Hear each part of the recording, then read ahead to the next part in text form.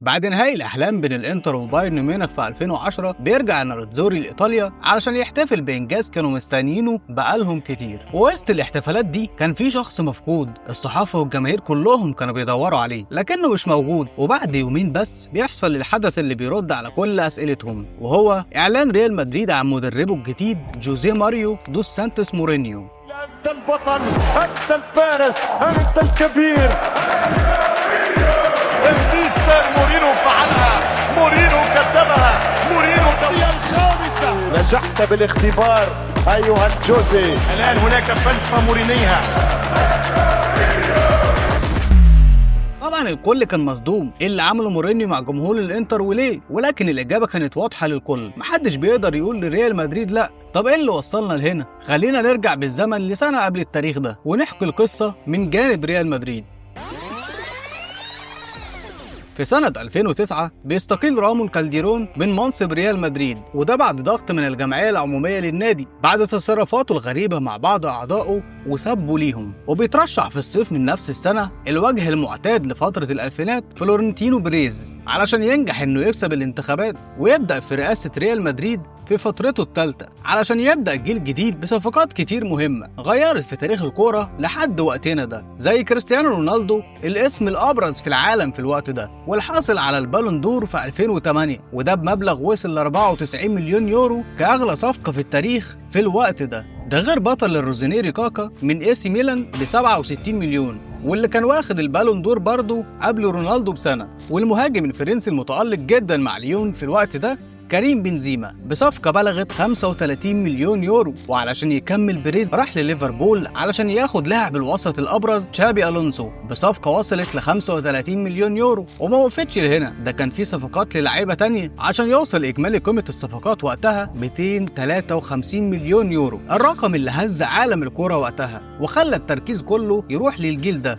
هل هيقدر يجاري الجيل الذهبي لبرشلونة وهو جيل السداسية بقيادة نجوم العالم وقتها زي ميسي وهنري وتشافي وانيستا وبوسكيتس؟ علشان كده كان لازم مع كل النجوم دول يكون في مدرب تقيل يقدر يقود الاسماء دي داخل وخارج الملعب، فوقع الاختيار على مانويل بيلجريني. طب ايه يا ترى اللي حصل؟ الاجابه كانت مخيبه للامال بطريقه غريبه، وده بعد خروج ريال مدريد من دور ال 32 من كاس الملك وخروجهم من دور ال 16 امام ليون، والخساره الاكبر كانت خساره الدوري برصيد 96 نقطه بعد ما قدر برشلونه انه يجمع 99 نقطه. بيريز كان بيدور مين اللي هيقدر يقف قدام بيب، وفي وسط التفكير ده كله ظهر مورينيو بماتشين في نص النهائي بأداء بطولي أمام برشلونة، وكمان إقصاء برشلونة، ده غير فوزه باللقب على حساب البايرن. كل ده خلى بيريز واخد قراره إن المدرب اللي جاي لريال مدريد هو جوزيه مورينيو، وفعلا مش بيتأخر، وبعقد لمدة 4 سنين وبقيمة 15 مليون في الموسم كأغلى مدرب في العالم وقتها، ما قدرش مورينيو يرفض عرض بيريز، وبيتم الإعلان على المدرب الجديد للريال. وطبعا ما كانش في حاجة يعملها مورينيو في بداية تعرفه على الصحافة والجمهور الأسباني غير إثارته للجدل لما قال في أول مؤتمر صحفي: أنا جوزيه مورينيو وأنا لا أتغير، لقد وصلت بكل مميزاتي وكل عيوبي.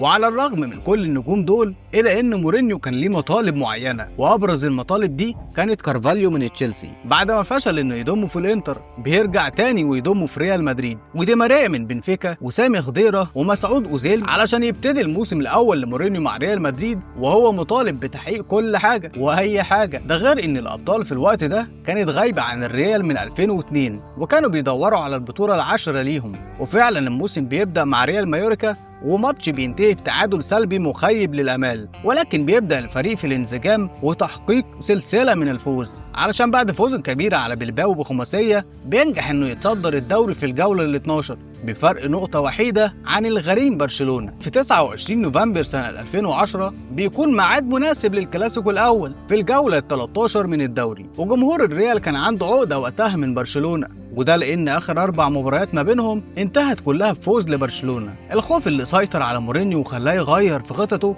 ويلعب بشكل دفاعي بالكامل، التغير اللي ادى الى خساره تاريخيه بخماسيه نظيفه في كارثه لمورينيو وبيريز والجمهور الريال. الهدف الخامس من جيفران، الخماسيه الخامسه في تاريخ البارسا بالكلاسيكو. علشان يطلع مورينيو بعد الماتش ويعترف بغلطته في المؤتمر الصحفي لما قال: هذه هي المرة الأولى التي أخسر فيها 5-0، ولكن ليس من الصعب تقبل ذلك، لعبنا بشكل كارثي. يخرج مورينيو من الماتش ده وهو جواه ندم كبير هيأثر على إدارته للمباريات الجاية، وإنه لازم يهاجم وبس. وفعلا بينهي مجموعته في دوري الأبطال متصدر برصيد 16 نقطة ب5 انتصارات وتعادل وحيد في مجموعة كان فيها منافسين تقال زي اي سي ميلان وأياكس. بيصعد لدور ال16 ومع مشاكل مورينيو وفالدانو المدير الرياضي بسبب عدم اقتناعه ببنزيما في الوقت ده، وطلب مورينيو متكرر لمهاجم تاني. بيقرر بيريز انه يقف في صف مورينيو ويقيل فالدانو، وكمان يجيب مهاجم بديل وهو ايمانويل ايديبايور. وده اللي بيدي مورينيو احساس بالثقه من كل المسؤولين في النادي عشان يكمل مورينيو بالثقه دي ويدخل دور ال16 امام ليون اللي خرجهم الموسم اللي قبله من نفس الدور، ويستطيع انه يتخطاه بمجموع الماتشين 4-1 عشان يوصل دور ال8 ويقابل العنيد اللندني توتنهام. ولكنه في الماتشين دول ما كانش عنيد خالص بعد خسارته امام ريال مدريد في المباراتين الاولى 4-0 والتانية 1-0. بيصعد ريال مدريد ومورينيو لنص النهائي، ولكن كان في انتظارهم مفاجأة من العيار الثقيل، وهو إن منافسهم في نص النهائي هو الغريم التقليدي برشلونة. وده لأنهم كانوا هيلعبوا في الدوري ونهائي كأس الملك وذهاب وعودة في دوري الأبطال، وكل ده زي ما قلنا في 18 يوم بس. بالنسبة للدوري فكان برشلونة متصدر بفارق 8 نقط مع وجود 6 مباريات متبقية، فكان لازم الريال يكسب المباراة علشان يقلل فارق النقط ده، وده اللي خلى مورينيو يغير التكتيك خالص. قرر مورينيو يلعب بألبيول جنب خضيرة والونسو، وكمان يكون تدخلات الريال عنيفة جدا بحيث لو ما كسبتش فأنا خسرتك نجم في 3 مباريات جاية. وفعلا في الدقيقة 58 بيتصاب بيول وبيخرج، وبتنتهي المباراة بالتعادل الإيجابي 1-1. بعد 4 أيام بس تكون مباراة نهائي كأس الملك اللي بيكمل فيها مورينيو بنفس التكتيك العنيف، وده اللي يخلي لعيبة برشلونة تلعب بحذر أكتر خوفا من الإصابات، وإن لسه عندهم بطولة أهم ينافسوا عليها، والمباراة بتدخل للوقت الإضافي. وفي الدقيقة 103 بيرفع دي ماريا عرضية على رأس رونالدو اللي مش بيتردد في إنه يحطها في الجول ويسجل الهدف الأول والوحيد في المباراة دي، وبتنتهي المباراة بفوز ريال مدريد وبطولة كأس الملك.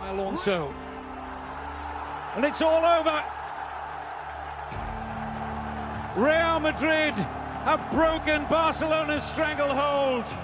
أما مباراتين الأبطال والأهم الموسم ده بيبدأوا قبل المباراة بيومين، لما مورينيو بيقول على بيب إنه دايما بينتقد الحكام حتى لو كانت قراراتهم صحيحة، وده اللي خلى بيب يخرج عن صمته لأول مرة ويقول إن مورينيو دايما بيتكلم وإنه بطل دوري الأبطال في الكلام خارج أرض الملعب. بتبدأ المباراة الأولى على البرنابيو ومورينيو مكمل في أسلوبه اللي للأسف ما نجحش المباراة دي، لأن كان في اليوم ده لاعب مركز جدا وخلاص حفظ الاسلوب ده، وهو ليونيل ميسي اللي بينجح انه يسجل هدفين، واحد في الدقيقه 76 والتاني بعدها ب10 دقايق. ميسي يراوغ ميسي ميسي ميسي ميسي خلص الثاني. جولاتو جولاتو جولاتو جولاتو جولاتو جولاتو جولاتو مع طرد للمدافع البرتغالي بيبي ومورينيو، الحدث اللي خلاص اكد ان بنسبه كبيره حلم العاشره انتهى الموسم ده.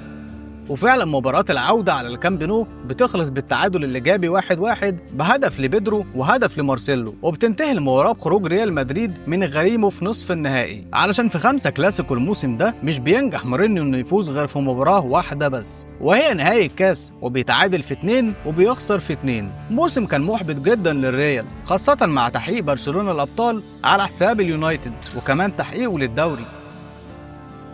And when everybody together give his best, the team goes into the right direction. بيبدأ الموسم الثاني لمورينيو مع الريال بتركيز كبير قوي، حتى ال4 صفقات اللي تعاقد معاهم ريال مدريد كانوا لعيبة شباب، وده لأنه كان ناوي يثبت تشكيلته ويعمل استقرار أكتر في الفريق.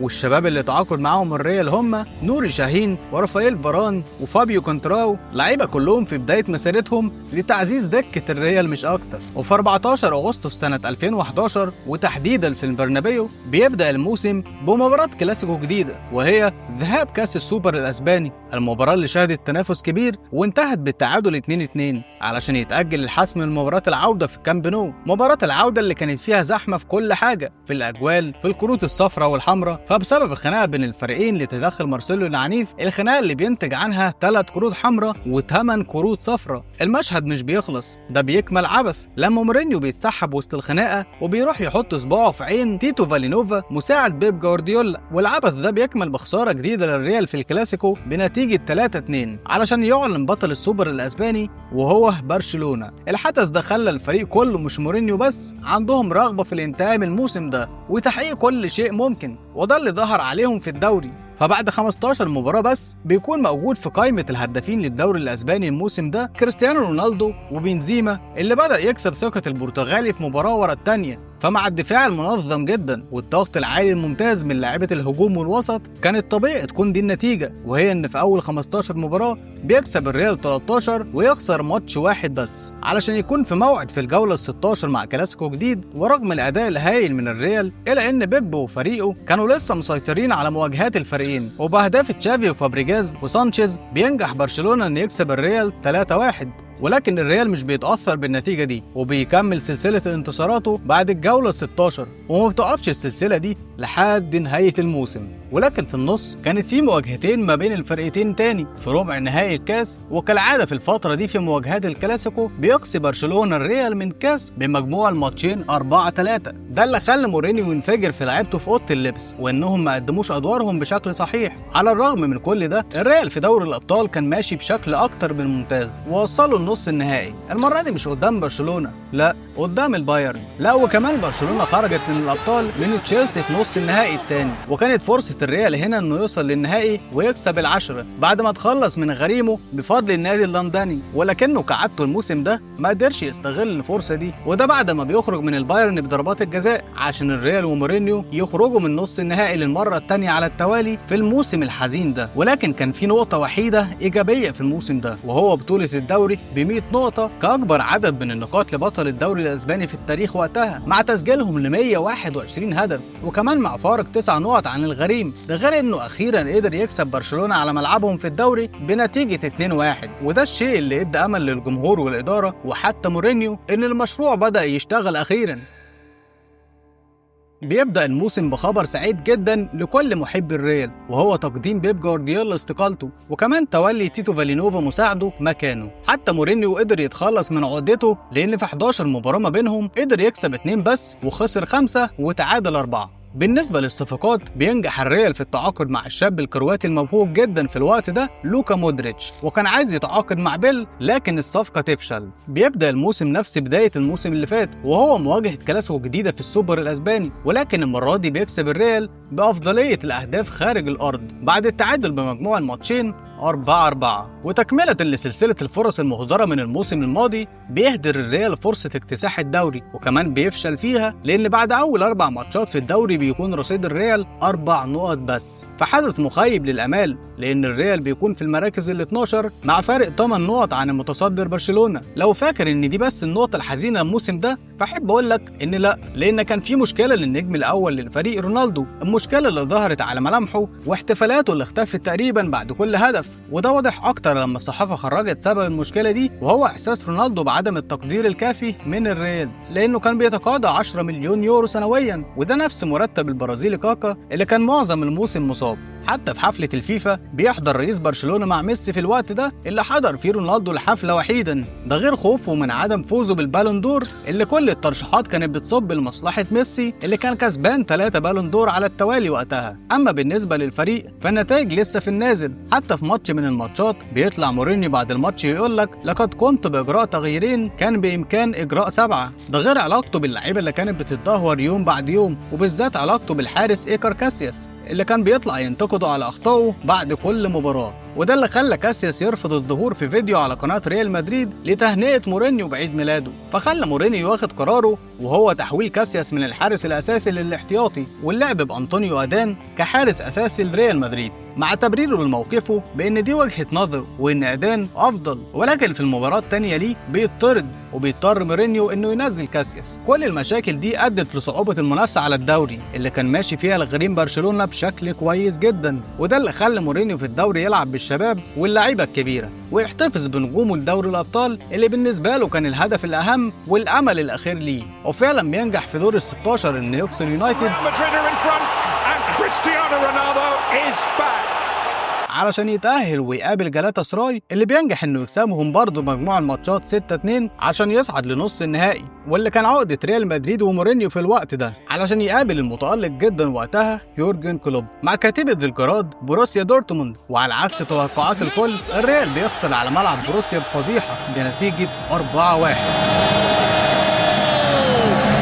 وده اللي خلى الريال يطلع من دوري الأبطال حتى من قبل مباراة العودة اللي بالفعل بيسجل فيها الريال هدفين، وبيخرج من دوري الأبطال للمرة الثالثة على التوالي من نفس المرحلة وهي نص النهائي. وتكملة لفشل الموسم ده، فالريال بعد وصول لنهائي كأس الملك أمام أتلتيكو مدريد بيخسر النهائي في الديربي بنتيجة 2-1 علشان يكون الموسم ده هو الأسوأ للريال من سنين. وفي استفتاء عمله بريز مع لعيبة الريال عن إقالة مورينيو، وافق منهم 16 على القرار ده علشان فعلا تتم إقالة البرتغالي العنيد من تدريب الريال، وتكون دي النهاية الرسمية للفترة الذهبية لواحد من أهم المدربين في التاريخ.